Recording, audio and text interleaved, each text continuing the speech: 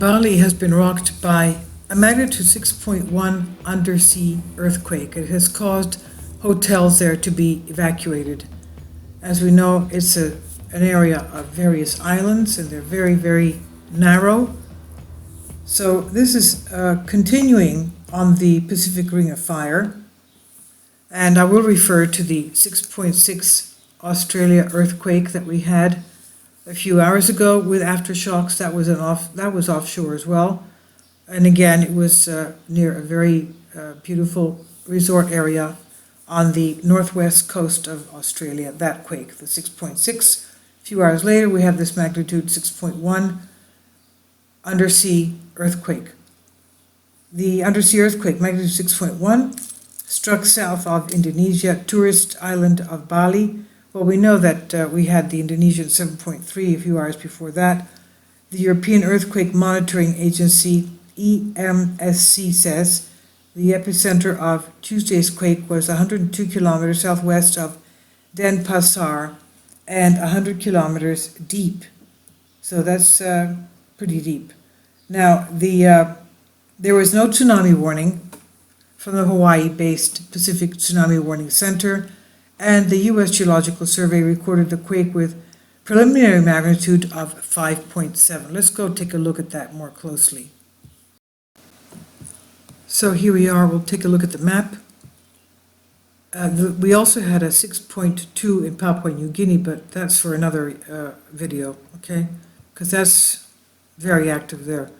So this is it right here. Indonesia, as you can see. This is the area that we had the Australia offshore again on the west, on Boom, Australia. And no, I want to pull out to see a little bit more of what the activity is around here. Okay. And of course, the West Coast, California is still rocking. And let's go into this, Indonesia, and the makeup of it. It was 91.6. Actually, the USGS has this listed at 5.7, whereas the European agency has it at 6.1. This is it here. 6.1 Bali, undersea earthquake, and the USGS has it at 5.7. This was about an hour ago. Nevertheless, we're going to read about what goes on here. That's another one, sorry. This one here. As you see, it's full of earthquakes. Java, Indonesia, Bali. This is an area full of volcanic islands. Tectonic, it's a trench. Tectonic summary, seismotectonics of the Java region. The Sunda convergent margin extends for 5,600 kilometers from the Bay of Bengal and the Andaman Sea, located northwest of the map towards Sumba Island, and that continues eastward to the Banda Arc system. It's the tectonic activity, active margin, a result of India and Australian plates converging with and subducting beneath the Sunda plate at a rate of approximately 50 to 70 millimeters a year. The main physiographic features associated with the convergent margin in the Sunda-Java Trench, stretching for 3,000 kilometers parallel to the Java-Sumatra land masses, terminates at 120 degrees east. The convergence of the Indo-Australian and Sunda plates produces two active volcanic arcs. Sunda, which extends from 105 to 122 east, and Banda, extending 122 to 128 east. The Sunda arc results solely from relative simple oceanic plate subduction, while the Banda arc represents the transition from oceanic subduction to continental collision, where a complex, broad deforming zone is formed. Based on modern activity, the Banda arc can be divided into three distinct zones. the inactive section, the water zone, wetar zone, bound by two active segments, the Flores zone in the west and the Damar zone in the east. The lack of volcanism in the wetar zone is attributed to the collision of Australia with the Sunda plate. The gap in volcanic activity is underlain by a gap in intermediate depth seismicity, which is in contrast to nearby continuous deep seismicity below all three sections of the arc.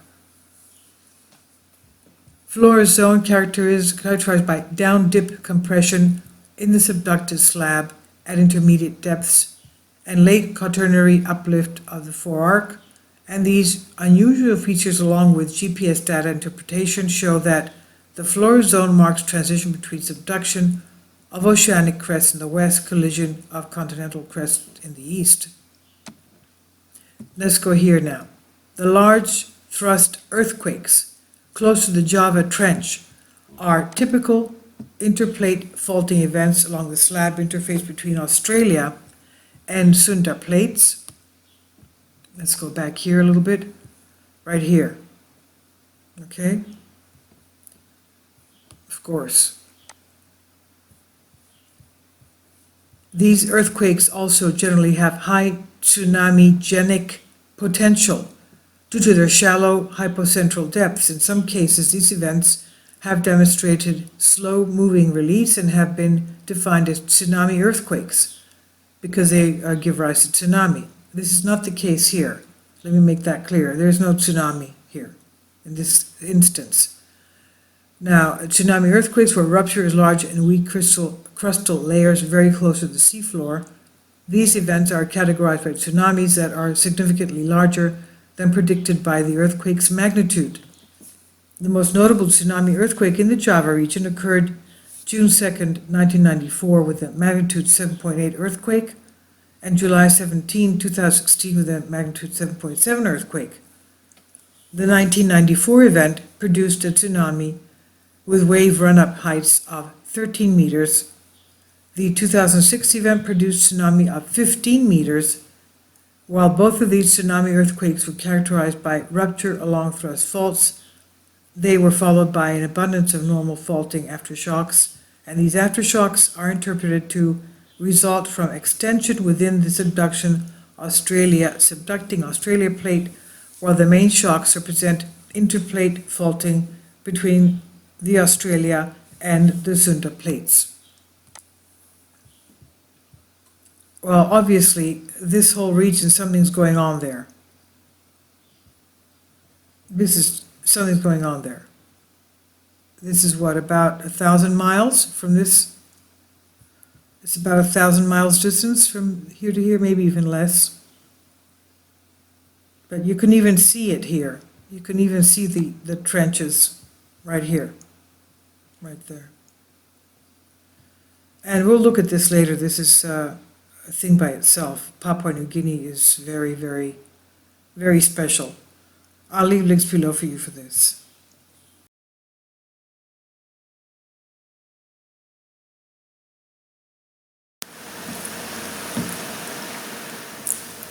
If you'd like to join me on my Patreon account, you will hear content not covered by mainstream media. These riveting stories will be based on my research, and I will state my opinions and give my personal insight on diverse and controversial subjects and world events not covered by mainstream media, and not supported by YouTube guidelines. So whatever I have on my Patreon, most of those will not be on my YouTube channel. Please consider becoming a member today. More of the most significant and important videos will be on my Patreon channel. Your support helps me to continue my research and keeps this YouTube channel alive. And we depend on your support, your generous charity, because we help economically challenged families here in Athens, Greece, in Kapota, and we also help the young generation with university tuition and the community around our church. Thank you.